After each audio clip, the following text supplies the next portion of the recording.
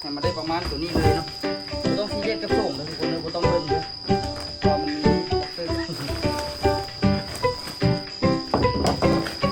กับอุปกรณ์ออกมาเนาะเตรียมมาหมด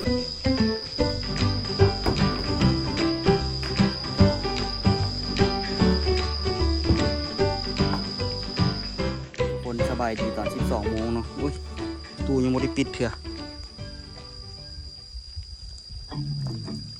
พอดีตอนนี้นี่กะมาหยอดน้ำกรดทุกคนมือเช้าตะกีดอย่างออกบ่ออกทุกคนในอย่างมือนี่ยังงงอยู่มันคือบ่ออกว่ะพักมีดหนึ่งก็แล้วพัก2 มีดก็แล้วโอ้ยอย่างก็บ่อยากออกเนาะแต่กับมือมันออกมันก็พัดออกแท้ออกว่าคันมือมันบ่ออกมันก็ตั้งบ่ออกอย่างพารานี่ก็ได้นี่แต่ว่ามันก็เต็มโปะแล้วนะทุกคนบางต้นก็เต็มแล้วแต่ว่าหลายต้นท่านมันบ่เต็มเนาะตัวมาเห็ดทางนี้ค่อนข้างว่าสั้นเนาะทุกคนทางที่ตัวมาตัดหญ้าตัดคานี่แหละผักกูดก็เริ่มออกหลายเติบละแถวนี้เดี๋ยวตัวสิได้กลับไปเฮือนละถ่ายบรรยากาศให้ทุกคนเบิ่งสิว่าตัวมาหยอดน้ำกรดเป็นยังไงนี่เฮ้ยจักกีได้จักโลหัวหอบนี่อย่างก็คือว่าบ่ไปบ่มาเว้ยตัวมาเฮ็ดตังทุกคนมื้อนี้มาเฮ็ดหน้าโต๊ะกลับไปนี่แหละไปเดี๋ยวไปเจอกันที่เฮือนทุกคนตัวอีบาจากเห็ดอันนี้จะโดนแล้วทุกคนเห็นบ่แผ่นหนาโตเนาะอันนี้เป็นแผ่นหนาโตที่ว่ามียี่นี่จะโดนแหละแต่ว่ามันไม่ได้หนาทุกคนมันบางๆเนาะแต่ว่ามันก็เป็นไม้ที่ดีสมควรทุกคนก็ที่จริงเขาได้คัดดีๆมันก็งามได้นะแต่ว่าไม่ได้คัดได้อย่างเนาะเอาแบบธรรมชาติเลยนะทุกคนเอาไม่ได้เฮ็ดเฮงให้เอาว่าเนาะคันเฮ็ดแท้ๆซื้อใบคัดมาคาดน้ำมาดีๆทาสีแสลกเข้าไปปัดที่โถปกงามเลยดีเนาะเดี๋ยวตัวที่เอาขนาดตัวนี้ขนาดโต๊ะตัวนี้นะทุกคนโต๊ะที่เป็นโต๊ะเล็กนี่คันมาเฮ็ดแล้วแล้วตัวชิ้นเงี้ยโต๊ะเล็กครับนี่เงี้ยเนาะตัวเสียเอานี่ขึ้นแทนซ้ำๆกันเลยเอาไว้โต๊ะนั่งดิ้งเนาะฮ้อนครับคนนี้เดี๋ยวที่เอาขนาดความสูงให้มันได้ประมาณตัวนี้เลยเนาะเราต้องซีเรียสกับส่งเลยทุกคนเลยเราต้องเบิ่งเลยพอมันมีบ็อกเซอร์กับอุปกรณ์ออกมาเนาะที่เกี่ยมมาบริมีอย่างไรทุกคนแต่ว่าเฮ็ดไหนจะบริยากเฮงดอกมีอันนี้ละค่อนข้างสบายเลยนี่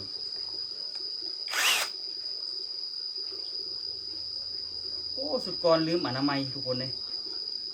ลืมว่ะเพราะฉะนั้นกลับไปเราเสียอนามัยละลืมเลยเสาที่เอาสูงซ้ำตัวนี้เลยซ้ำตัวนี้กับประมาณ50 เซนเนาะความสูง50 เซนจะเอาไม้ตัวนี้ขาตะปูถามว่าถอนได้บอกระถอนได้แต่ว่าบ่ถอนเลยเนาะบ่จำเป็นที่จริงถอนก็ดีแหละแต่ว่าบ่ได้เล็กแสลงมาเลยขี้ข้านไปเอา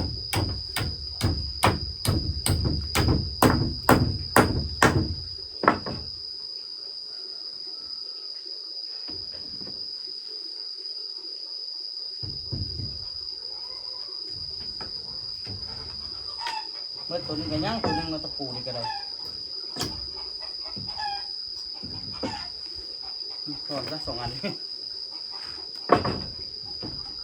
50 เซนเนาะบ่ได้เอายังมาดีแค่เอาอันนั้นมานำเอาบรรทัดสากมานำเนาะเดี๋ยวเอาตัวนี้แล้วเอาตัวนี้เป็นแบบเอาตัดตัวนี้ก่อนอยากเฮ็ดมาดนแล้วทุกคนเฮ็ดถิ่มปลาไว้เนาะเพื่อได้ใส่เนาะตัวหน้า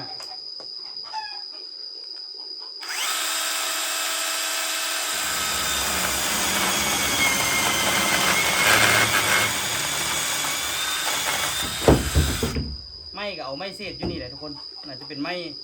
สมัยมากห้ามตัวนั้นพุ่นน่ะอีล่ากับลูกนะลูกดีๆเนาะขี้ข้านไหลเขาในขา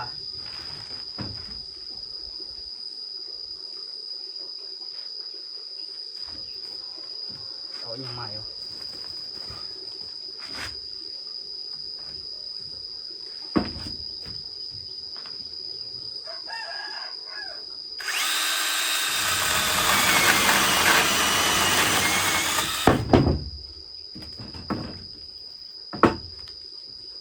อยู่บ่สี่ค่ะขอให้พอเนาะบ่พอก็เดี๋ยวซอกเล็กซอกใหม่ๆมาใส่ก็พออยู่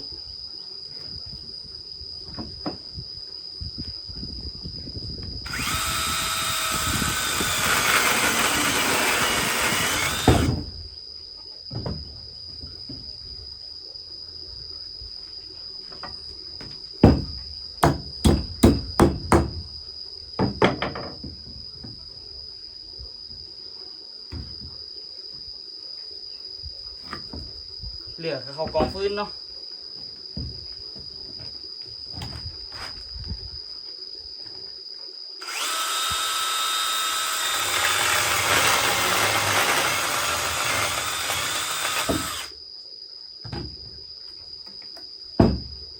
ประมาณนี้เนาะเดี๋ยวเฮ็ดอันนาเฮ็ดขอบมันก่อนเฮ็ดแนวตั้งหรือว่าอะไรก็เฮ็ดต้องได้บักลงออกมันจึงงามเนาะแกะเบิ่งไม้อันนี้ก็เนาะมันกว้างเท่าไหร่ยาวเท่าไหร่47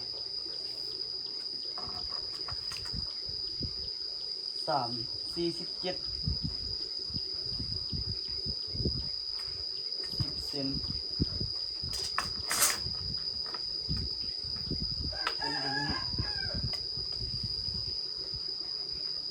เอายาวประมาณ30 เซนเนาะ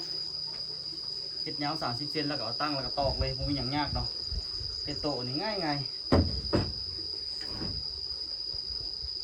คือเสียดายไหมนี่อยู่ดิยาวดอกเนาะ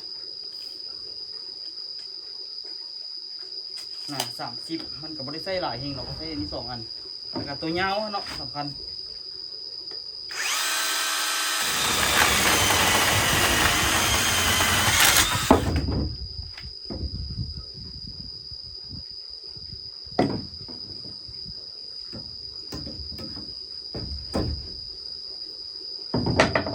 ไม่น้อยๆนี่ก็ถามว่าเป็นตาตัดกับเป็นตาตัดอยู่เนาะ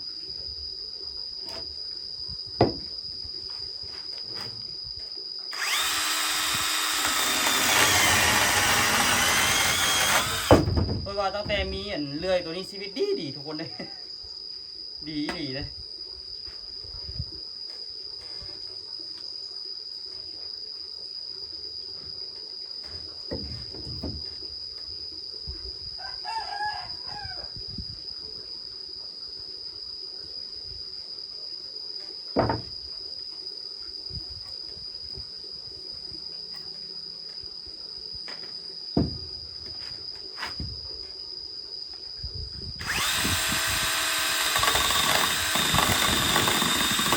โอ้ยากเลย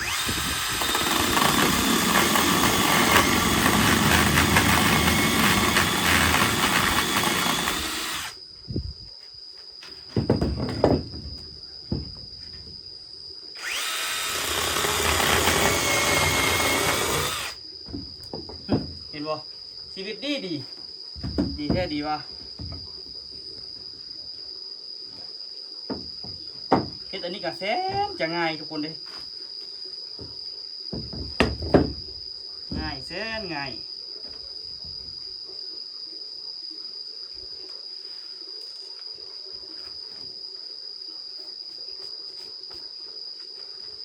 ที่เลยเขาวางค่ะ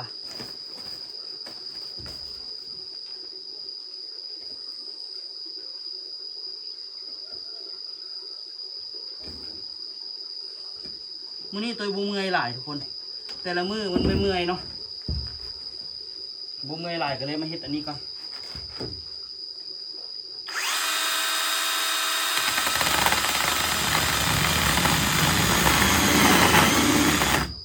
ลืมเบิ่งว่ามีเหล็กบ่ต้องได้กวดกาตลอดเนาะ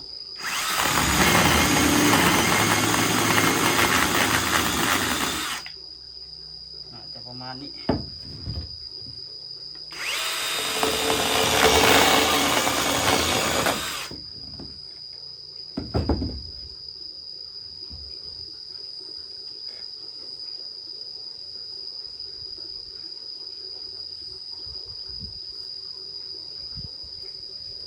ว่ะมันต้องวางต่ำมันยังมีอันสูงอีกได้เนาะลืม แท้ก่อนตัวนี้คัดให้มันเสมออันนี้ก็ได้แหละลืมคิดนะทุกคนเลย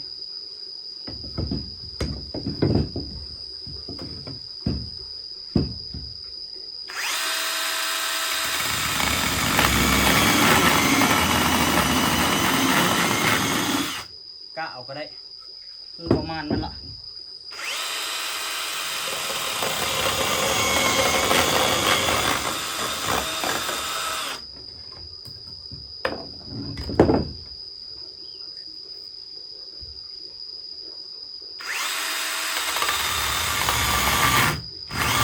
โอ้ยมีเล็กปะวะ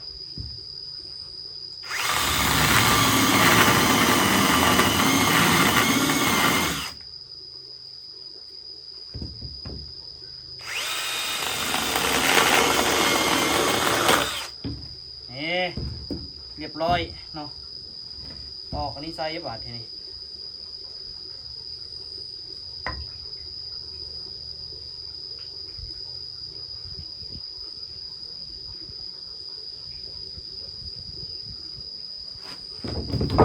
เดี๋ยว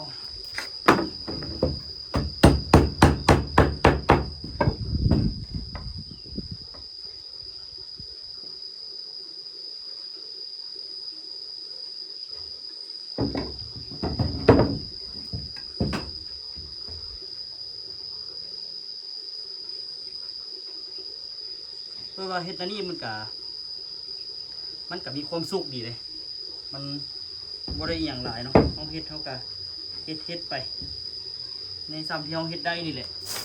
มันกับบ่ได้เป็นเวียกหนักแต่ว่ามันกับเฮ็ดให้เรามีแนวใส่นะมีแนวเฮ็ดเนาะฝึกสมาธิทุกคน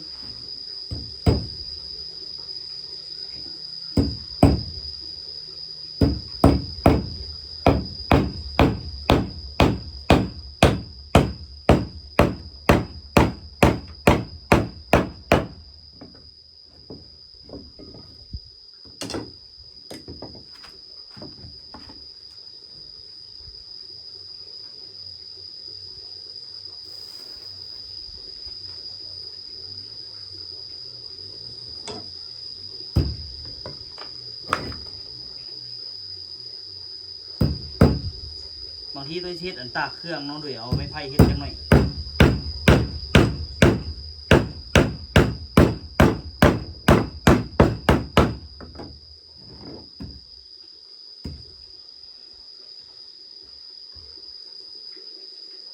ต้องได้เฮ็ดนะ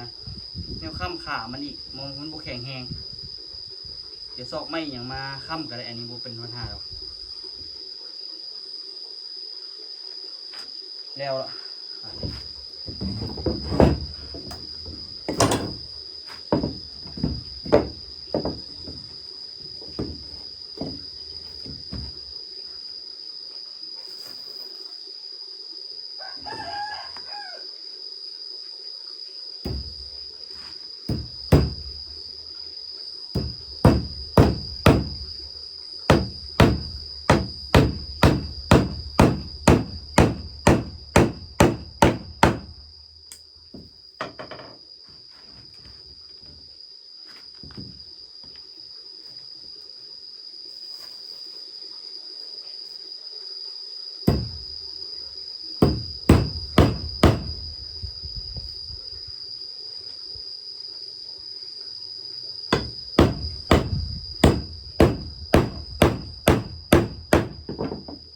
ต่อยสิจัก2 ดอกซะเนาะมันสิแน่นย่านแต่มันสิแตกเนาะโอ้แม่เนาะ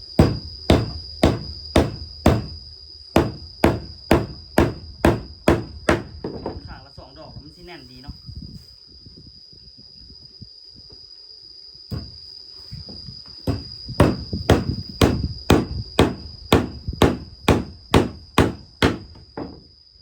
แน่นเลย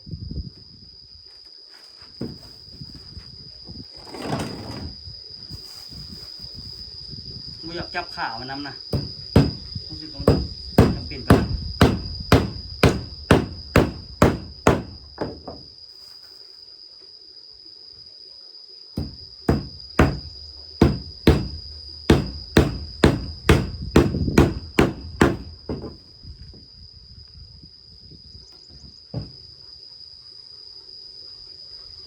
ห้าวกลางดีวะน่าจะได้เฮ็ดแหละเนาะ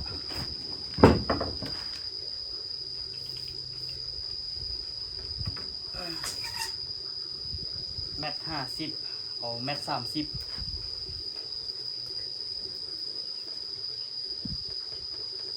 ต้องได้ใส่2 อันเดี๋ยวซีได้ไปหา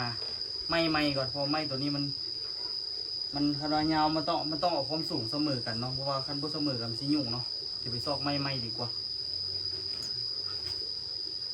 ไปหาไม้ก่อนเฮ็ดแบบง่ายๆขนาดทุกคนเลยนั่งเฮ็ดเนาะไปป้ากับโบยอมไม้ทักเถื่อคือสิตัดข้านอันนั้นงัดปูตัดหัวเขาเนาะ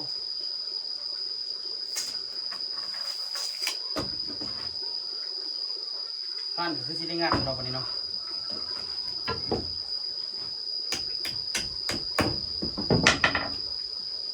กับบริออกยาก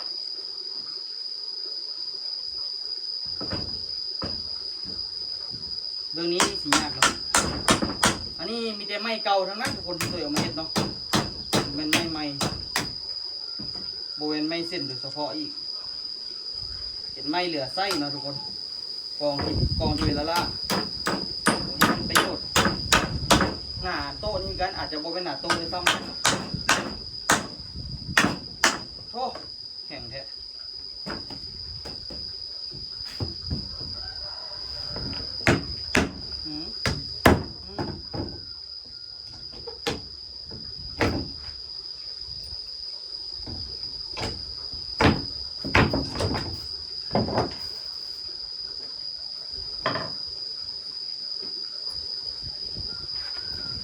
เดี๋ยวเศษเล็กเศษอย่างตัวกับที่ทิมใส่กระเป๋าในใบเนาะเอาไปทิมบนอื่น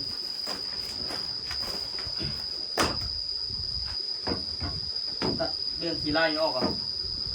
แมต30เนาะ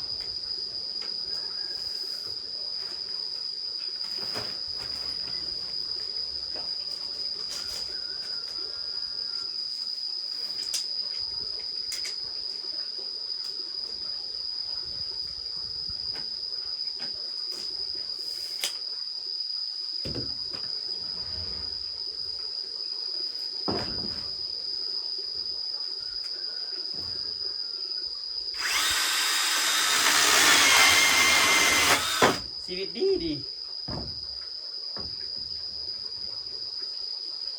นี่อันนี้สบายขนาดเลยอันนี้บุ้งว่าเป็นเนี่ยนะอาจจะหูละเป็นไม้อย่างไม่ขอบเตียงมันมีลูกแม็กนะที่ผมยิงไว้ดิ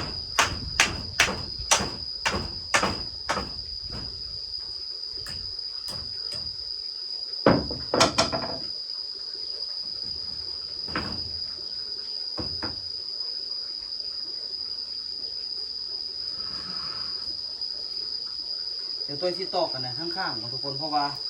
อันน่ะตอกถึงบ่ได้ระดับไม้บุคือกันเนาะ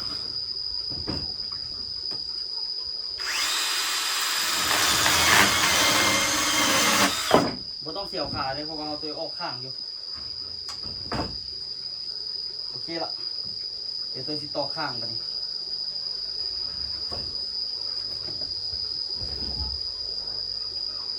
โอ้เดี๋ยวที่เฮ็ดอันน่ะไม่ยึดอันนี้ใบหนึ่งครับเอานี่แหละ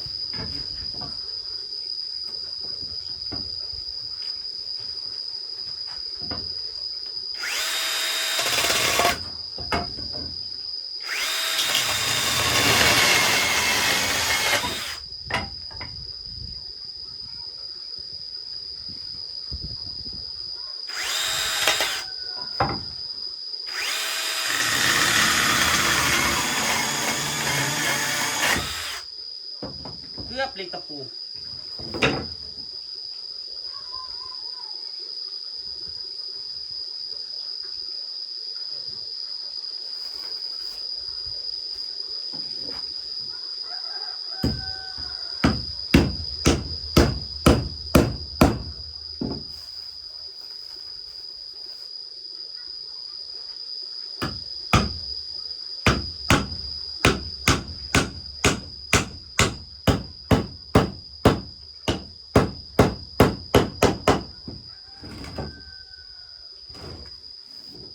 มันก็ดีขึ้นเนาะ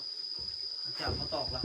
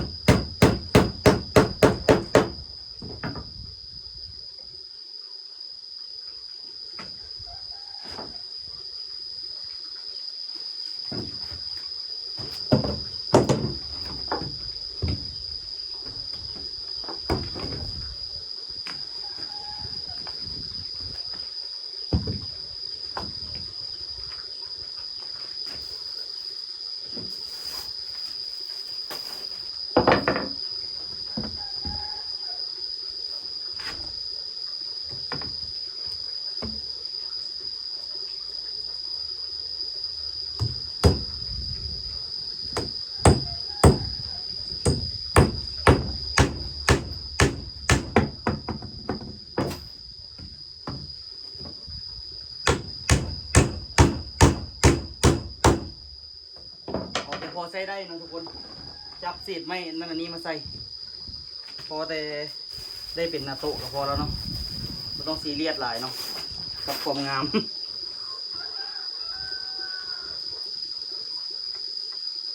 เอาแท้ๆตัวกับโบแมนจางไม้แล้วทุกคนเอาพอแบบเป็นพิธีพอแล้วเนาะ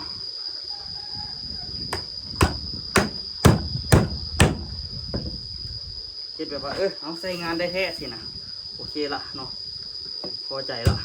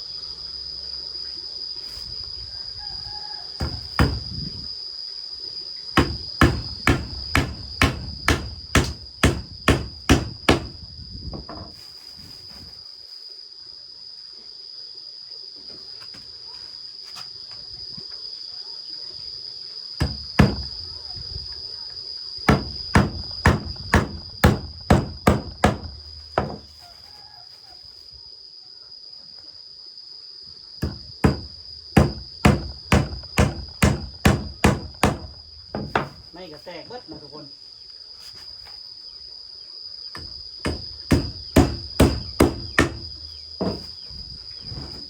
นี่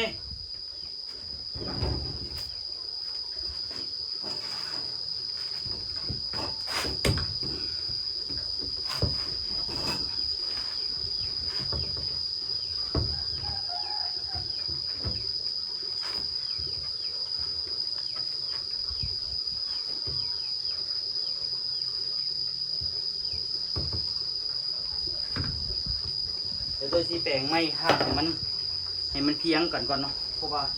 รู้สึกว่าตัวนี้มันสีดีกว่ามูเนาะหลายเนาะ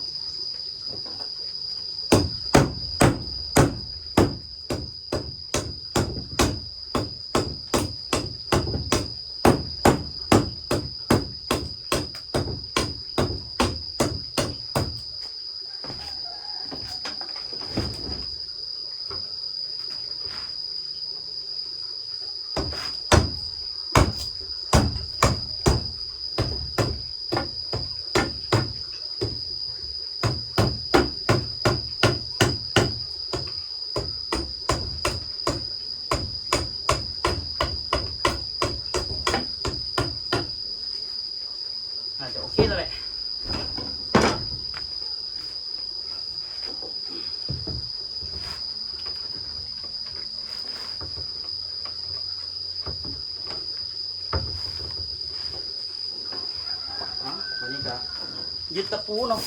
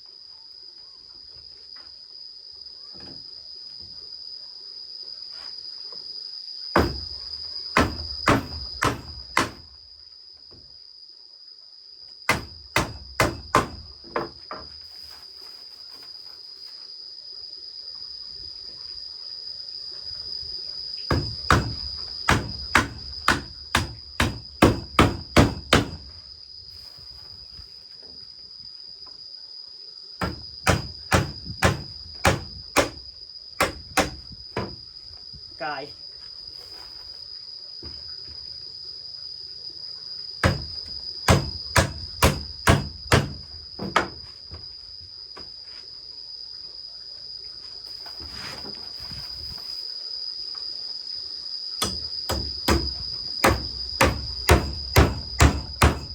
ที่จริงมันก็ต้องยึดหลายกว่านี้ก็ได้เลยเดี๋ยวเรายึดทางกลางแค่2 ดอกสักเพื่อให้มันเหน่งโอเคครับนี่แล้วเนาะโบเป็นซามืออาชีพเนาะ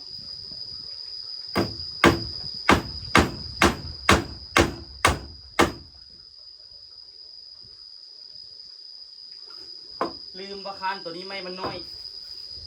ยากและสิถึกมัน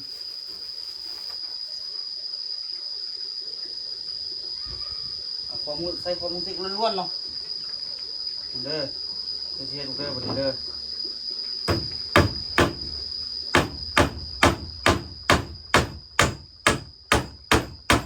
เฮ้ยวันนี้นะ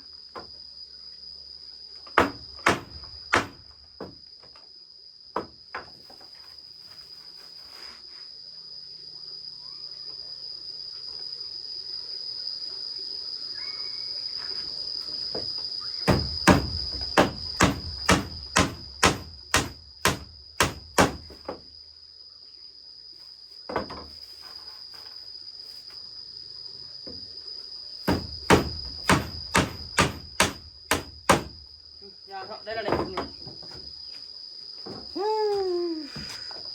นี่ก็คือหน้าโต๊ะของเฮาเนาะเดี๋ยวตัวชีเอาไว้ใส่แล้วก็สีพับโต๊ะตัวนี้เมียนเนาะโต๊ะตัวนี้ก็สีเอาไว้ล้างลิ้นอยู่นี่เลยมื้อหน้าคัดตัวมันเนาะตัวชีซื้อเนี่ยเอามาคัดอันนี้เนาะมาคัดทางหน้านี่ที่จริงคัดก็ได้บ่คัดก็ได้เนาะนางลิ้นซุ่มซิวอยู่ตู้เฮานี่มันก็บ่ต้องงามอย่างหิ่งหรอกเนาะเอาซับนี้ก็เหลือแล้วแหละเดี๋ยวตัวชีพับโต๊ะตัวเมียนเนาะประมาณนี้นะทุกคนเนาะใช้เวลากะโอ้ประมาณ1 ชั่วโมงอยู่ทุกคน ส่วนสิไปเลือกไม้ส่วนสินาทีนี่เนาะมันก็พอได้หน้าโต๊ะอันน่ะพอได้นั่งลิ้นสบายๆเนาะอยู่นี่ก็เอาไว้ตูบนี่เลยเอาประจำอยู่นี่แหละเนาะ